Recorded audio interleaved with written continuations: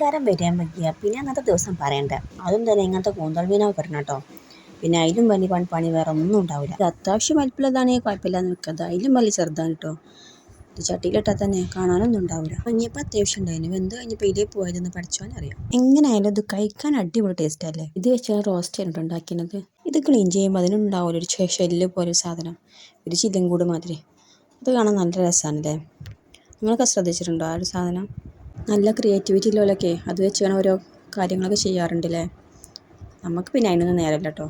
ഇല്ലതുകൊണ്ട് വേഗം ഉണ്ടാക്കിക്കാണ്ട് വേഗം പരിപാടി തീർക്കാന്നല്ലാതെ.